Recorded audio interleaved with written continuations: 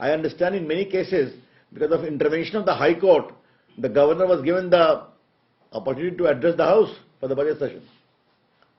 Sir मैं मोहित हूँ तहजीब टीवी से। मौका था 26 नवंबर 2021, ये संविधान दिवस की तारीख थी और उस दिन एक ठीक इसी तरीके की एक घटना हुई थी जब टीएमसी, आरजेडी और कांग्रेस तीनों पार्टियों ने राष्ट्रपति के संभाल जो उन्हें उस समय स्पीच देना था, उस समय उनके भाषण का उन्होंने बाइकआउट किया था और उनसे पूछा गया था तो ठीक इसी तरीके का उन्होंने उस समय भी बहाना बनाया था। देखिए, मैं फिर कह रहा हूं, बहाना उनके जो भी हों, ये ठीक नहीं है। और आज का अवसर एक बहुत ही भारत के संसदीय लोकतंत्र का एक बहुत ही महत्वपूर्ण दिन था, जब देश की पहली महिला योग्य राष्ट्रपति अपना पहला अभिभाषण पढ़ रही थी। कम से कम उसका तो सम्मान होना चाहिए था। ये बहुत पीड़ादायक है। सर, राष्ट्रपति के अभिभाषण पर कांग्रेस ने कहा है कि इसमें एम्प्लॉयमेंट की कोई भी बात नहीं की गई है। ऐसा है, जरा सा वो एक बार पूरा पढ़ लें, और उसकी कॉपी अवेलेबल है। आज का इकोनॉमिक सर्वे भी देख लें। अब कांग्रेस की इस टिप्पणी पर मैं क्या कहूं। आज तो इकोनॉमिक सर्वे में एम्प्लॉयमेंट रेट की चर्चा भी की गई है, बढ़ रहा है।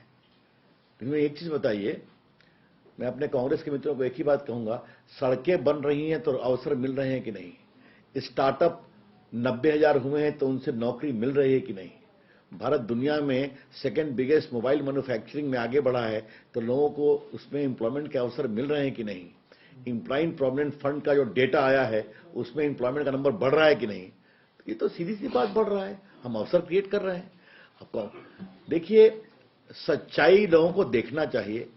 कुछ लोग अगर जानबूझकर सच्चाई से आंख मूंदते हैं तो उसका हम क्या कर सकते हैं? सर, शशि थरूर ने कहा है कि सरकार राष्ट्रपति के माध्यम से बीजेपी चुनाव कैंपेन करा रही है, अगला चुनाव।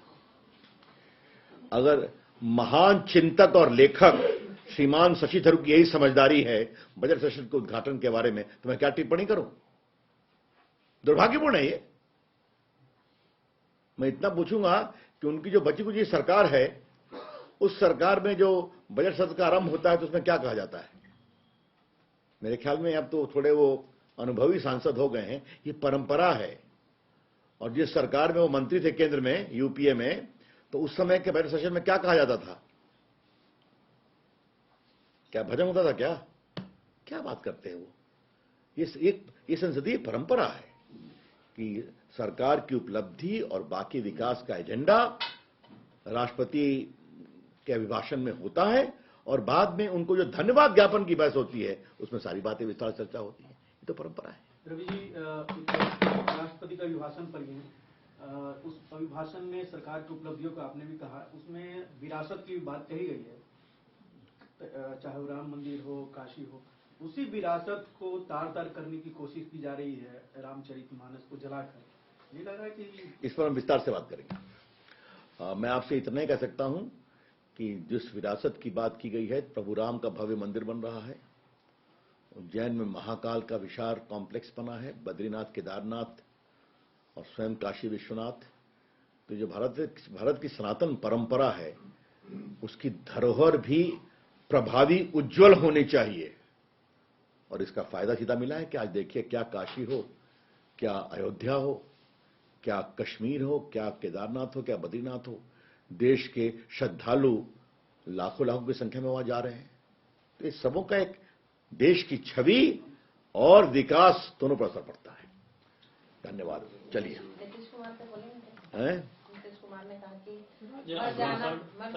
महिलाओं पर फोकस था, महिला कल्याण पर, जिस तरह राष्ट्रपति ने कहा। और प्रधानमंत्री ने भी इसका जिक्र किया था कि कल वित्त मंत्री निर्मला सीतारमण भी महिला है और आज आदिवासी राष्ट्रपति महिला पहला भाषण देख रहे हैं। तो जिस तरह से महिला कल्याण पर फोकस, उस पर क्या कहना है? देखिए, एक बहुत ही महत्वपूर्ण बात है।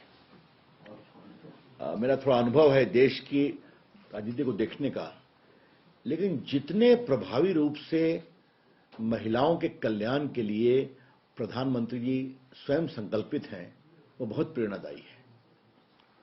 मुझे याद है कि 15 में जेंडर गैप हुआ था, तो हरियाणा में वो गए थे इसका उद्घाटन करने, बेटी बचाओ बेटी पढ़ाओ।